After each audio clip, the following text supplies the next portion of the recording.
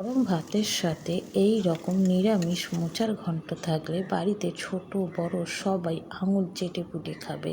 একবার অন্তত এই রকমভাবে মোচার ঘন্টটা বাড়িতে বানিয়ে ফেলুন। এখানে আমি মোচাটা কেটে ধুয়ে পরিষ্কার করে সেদ্ধ করতে বসিয়ে দিয়েছি, আর দিয়ে দিয়েছি ওর মধ্যে কিছুটা কাঁচা ছোলা, যেটা আমি ওভারনাইট ভিজিয়ে রেখেছিলাম। এখানে আমার মোচাটা ভালো মতন সেদ্ধ হয়ে যেতে আমি ভালো করে হাত দিয়ে চটকে নিয়েছি। আর এখানে কড়াই তেল গরম করে ফোড়নে দিয়ে দিই তেজপাতা, শুকনো লঙ্কা আর সাদা জিরে দিয়ে ডুমো ডুমো করে কেটে রাখা আলুগুলো খুব ভালো রকমভাবে লাল লাল করে ভেজে নেব। এখানে আমি রান্নাটা সাদা তেলে করেছি, তোমরা চাইলে সর্ষের তেলে করতে পারো। আলুটা আমার খুব ভালো রকমভাবে ভাজা হয়ে গেছে। দিয়ে দিলাম এর মধ্যে আদা কাঁচা লঙ্কা বাটা, জিরে গুঁড়ো, হলুদ গুঁড়ো, দিয়ে দিলাম অল্প একটু চিনি, আর দিয়ে দিয়েছি স্বাদ মতন নুন। দিয়ে সব কিছু খুব ভালো রকমভাবে কষিয়ে নিতে হবে, যাতে আদার কাঁচা গন্ধটা না ছাড়ে।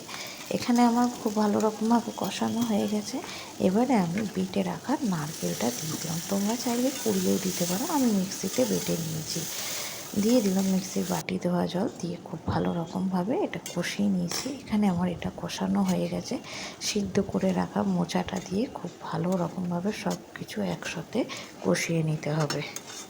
এখানে আমার মোচাটা খুব ভালো রকমভাবে কষানো হয়ে গেছে। এবারে আমি এর মধ্যে দিয়ে দিলাম কিছুটা বাদাম, যেটা আমি মিক্সিতে একটু গুঁড়ো করে নিয়েছি। অনেকেই আছে বাদাম মুখে পড়লে ভালো লাগে না, তাই এটা আমি মিক্সিতে গুঁড়ো করে নিয়েছি। এখানে দেখো মোচার ঘন্টটা আমার একদম রেডি হয়ে গেছে। দিয়ে দিলাম উপর থেকে গরম মশলা, দিয়ে দিলাম অল্প একটু ঘি। রেডি হয়ে গেল একদম আমার গরম গরম মোচার ঘন্ট। দুপুরবেলা গরম ভাতের সাথে এরকম মোচার ঘন্ট থাকলে আর কিছু লাগে না। তোমরা কমেন্ট করে জানিও তোমরা কীরকমভাবে মোচার ঘন্ট বানিয়ে থাকো।